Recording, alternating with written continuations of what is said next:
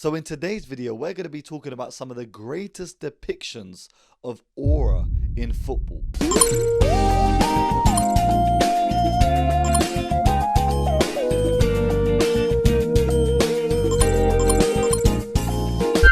But first of all, let's just quickly break down what aura in football really means, because there are many things that go into this topic of aura. First of all, we've got the psychological impact of this player on the pitch. Does their presence directly affect the opposition when they come on? And can their mere presence trigger this sense of fear and unknown? If the answer is yes, then the player has aura. You've then got something like their magnetic presence. Do their team gravitate towards them? Like this clip of Messi with the entire Argentinian national team waiting for him to walk out. They literally waited in two single file lines, like this is back in primary school when you weren't allowed to go out to the playground unless your teacher made the first move. This is what they were moving like for Messi. And finally, do they have that clutch on command? The ability to surpass pressure and still deliver in tight scenarios. Think about a keeper saving a last minute penalty. These are the types of traits that boil down into this topic of aura in football. And I'm not going to go ahead and start listing off a bunch of players that have completely no aura in football, because that's not me. But what I will do in this video is tell you some of my favorite players that had so much aura during these specific moments in their career. And first off, let me tell you about a 6'4" German goalkeeper that absolutely dominated throughout the 2010s. Now, there are few players, let alone goalkeepers, that induced as much fear as Manuel Neuer did in a bunch of attackers. And during this guy's prime, he just gave off an aura of physical power and domination. Going into any game, whether it was against Germany or Bayern Munich, seeing Neuer behind the sticks was like asking for trouble, because you were going to be shooting at an iron giant. And in the 2014 World Cup, his aura had truly maxed out. Playing as Germany's last line of defense, a sweeper keeper, this guy would dominate. He would redefine what it meant to be a goalkeeper during this tournament, snuffing out attacking opportunities and actually playing midfield at some points in games, with his radiating confidence just spreading throughout the team. And at times, Neuer's presence would be so imposing that opposition strikers would just, flap at opportunities that they would usually score, except from the likes of Cristiano Ronaldo, who has, the most goals as an individual scored against Manuel Neuer. But genuinely, at times, Neuer's presence would just be so overwhelming and strikers would start to fail. Like in the 2014 World Cup final, where Gonzalo Higuain found out for himself. In this game, Higuain would have multiple opportunities to bury Manuel Neuer, and even though he might have put one past him in an offside position, realistically, when you watch the game back, there were wide open opportunities. One where, a German player had headed the ball back. Higuain was in an onside position, is one-on-one with the goalkeeper and snatches at the shot, because Manuel Neuer is just there looking like an absolute beast. If Higuain had a bit of composure and calmness in this scenario, maybe it would be different. But Manuel Neuer being in goal, he definitely imposed some sort of threat on Higuain, because earlier in the game, I think there was a scenario where Higuain had gone for the ball over the top and Neuer had come out of his box and just punched the ball whilst also completely flattening Higuain. It was moments like this that sprung up throughout his career that cemented him as not only, a German legend, but also one of the greatest goalkeepers from this time, putting his body on the line, but also his reputation. Because one wrong move and this could have been a red card, with the hand coming out of the box or his knee going too high. But no, he times it to perfection, and it turns out that he's just dominating his territory and makes a mark on Higuain in the game, making him shudder at the opportunity of scoring against him. And it's not just me saying this that cements that, because Neuer was named the best goalkeeper in the World Cup 2014 and also helped Germany lift the cup in the end. And from a legendary goalkeeper that could absolutely body an attacking player to a striker that actually scored against this said goalkeeper, we briefly have to talk about Didier Drogba, because this is a guy that was not only clutch in club competition, scoring in final after final, but also a man that helped stop a war. Yes, the Ivorian striker had aura on the pitch and off it, and not in the silly sense that, Didier Drogba had a ponytail and just looked cool. No, This guy had real aura, where he would walk into a country, his home nation, and stop a war. Back in 2005, after helping lead Ivory Coast to World Cup qualification, he would make a post-match plea on live television. And with an entire nation watching, Drogba would talk to the masses, begging Ivorian countrymen to lay down their arms and end a civil war that was ongoing in Ivory Coast. He laid out his intentions and emotions on a digital canvas, and the entire nation heard him, with this incredible speech eventually leading to a ceasefire after 5 years of conflict. Like, this is real aura, some superhero type impact on an entire nation. Only Drogba can claim to have this. And with this happening back in 2005, Drogba's stocks would just keep on rising, and he would get better and better season after season, slowly becoming an icon in football history. He would build a reputation as being a striker that turned up for the big occasions, scoring 12 goals in 17 finals he appeared in for Chelsea whilst winning 11 trophies. And though he's often overlooked in the grander scale of the best strikers of all time, I think personally there hasn't been an archetype since the departure of Drogba from the game. In terms of his brute strength and power, no one comes close. The mentality to top it off, but also the clutch ability to finish off in the moments when no other player rises. Drogba had it all. Now, from quite a serious segment in this video, we got to talk about Messi in his unk status. Messi at Inter Miami, because this guy just brought an entire new audience to the world of American football. And we're not talking about this football with the throwing, we're talking about American soccer. Messi just brought the entire world to watch it, because back in July of 2023, this guy brought not only his home nation but also the entire world of football to watch him play in Miami. Just think back to his first ever appearance there and all the celebrities that turned up to support him.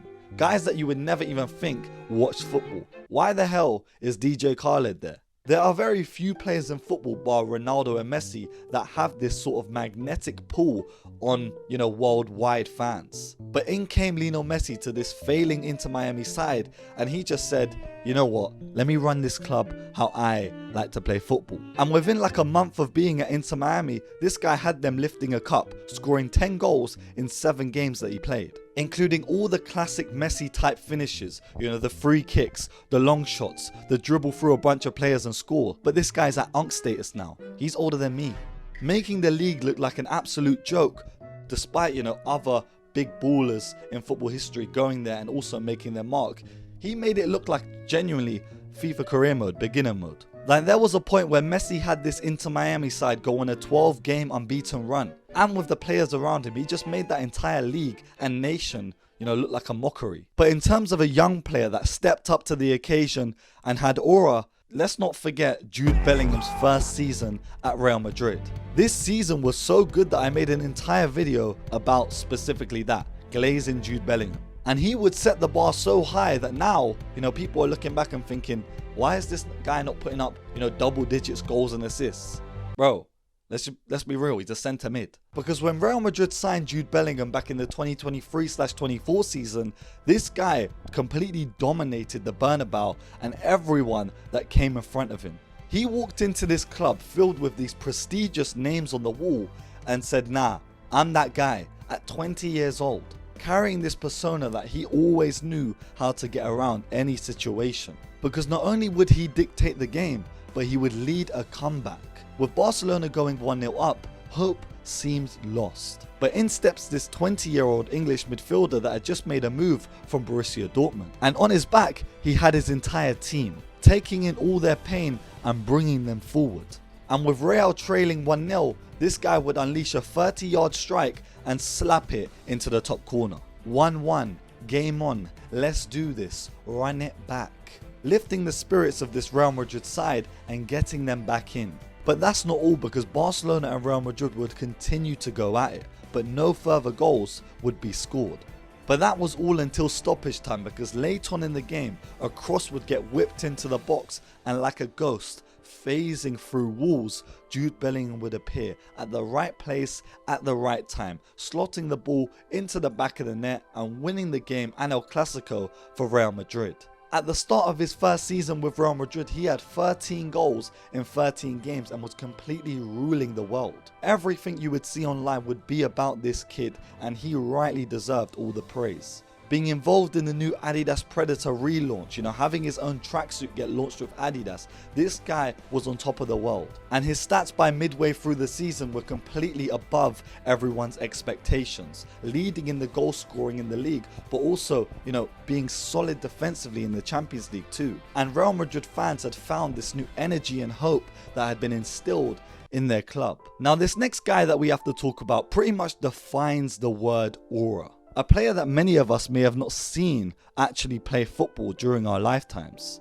But if you rewind the tapes, look back and really delve into who this guy was, he was aura. We have to talk about Eric King Cantona. The guy with the controversy, swagger, and the ability to do it all. Even, Kung Fu Kick fans. Because if aura was a person, it would be Cantona. With his collar rolled up, this guy had the sauce. He would have a presence on a pitch that would never be replicated, puffing out his chest and looking regal almost, looking down on his opposition, whilst also being the front runner and face of Nike during his early years. He would be the guy that you saw in every single advert growing up. And that's all because of his reputation that he earned on the pitch. Because despite all of these theatrics that you must hear about in these stories that are told on podcasts, this guy was actually an amazing player, a skilled technical Frenchman that had the ability to just change a game and flip it on its head. He would lead Manchester United to win 4 Premier League titles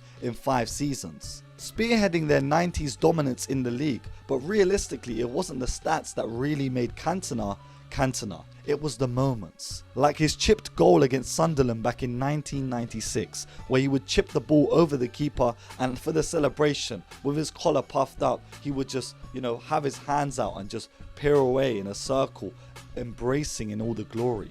It was moments like that, but also his daring ability and presence that had a direct effect on the younger generation coming through, with the class of 92 directly being impacted by Eric Cantona's ways. Cantona would lead an army each time he went out onto a pitch, and he had, an amazing effect on all the players in this Manchester United squad. And despite having this dangerous edge to him where he would Kung Fu kick a Crystal Palace fan back in 1995, it was still mostly positive, his effect on the club and their trajectory in general. Because after serving the ban for that action, he would go on to lead Manchester United to a Premier League title and an FA Cup, where in the final he would score the winning goal. And I think the last player that I'm going to mention in this video is Mario Balotelli. And this one is kind of a stray pick because at times Mario Balotelli was at the peak of football, having this aura as a young promising striker that had just come onto the scene and broke football. Learning about his backstory, the way he used to act off the pitch, but then seeing his ability on it, it was just strange to see. But at times you would see his form would dwindle and he would be, caught up in very silly articles online. Viral moments of him doing a roulette finish and missing pretty much an open goal 1v1 opportunity, or having a fight in training with the likes of Micah Richards. But the pinnacle of his aura came in Euro of 2012, where in the semi-final against Germany he would show the entire world how spectacular his talent truly was. Turning up like a one-man army, it was him and his 2 feet. And in this semi-final he would score both of Italy's 2 goals in the game when they won 2-1 against Germany, with the first in the game being a well-timed header thanks to a brilliant ball in by Cassano. He would peel off the defender and just pop it into the back of the net, evading Manuel Neuer's grasps. But the second would be some absolute different gravy. When you're making gravy, but you chop a little onion in there, you put it on the stove, you add a little bit of chili flakes. This was the second goal, with Italy's Montalivo just lofting the ball in the air in the direction of Balotelli. And with this ball somehow breaking the lines, Balotelli found himself in a bunch of space, and in a couple of strides or so, he would power the ball into the top right hand corner of the goal. Rarely would you ever see a striker just blast the ball in this scenario in the modern era. You would see, them try to go across the body, put it in the low bottom corner. But this guy said, nah, I'ma just let it rip. Beyblade style. He would slap the ball top corner and then celebrate by just taking off his top and just flexing on this Germany side, looking like some sort of jacked kangaroo, just intimidating the entire Germany side. He just buried Manuel Neuer. a guy that we actually spoke about first in this video. Just showing that aura can only be taken down by more aura. Yeah, that was not hard. That was not hard. And you can't forget other iconic moments, like when Manchester City beat Man United 6-1 back in 2011, and Balotelli scored a goal and he would take off his top and then there'll be "Why Always Me" on a t-shirt. This guy is just goated, with so many iconic moments throughout football history that people are still learning about to this day. Newer generations are just going to keep finding out that this guy was just a gem that appeared and disappeared just like that. And I honestly think he just deserves a bigger segment in another video. So you guys let me know if you want me to make a part 2 to this, you know, the greatest depictions again, because I have 6 other players that I can talk about that it would just make this recording way too long.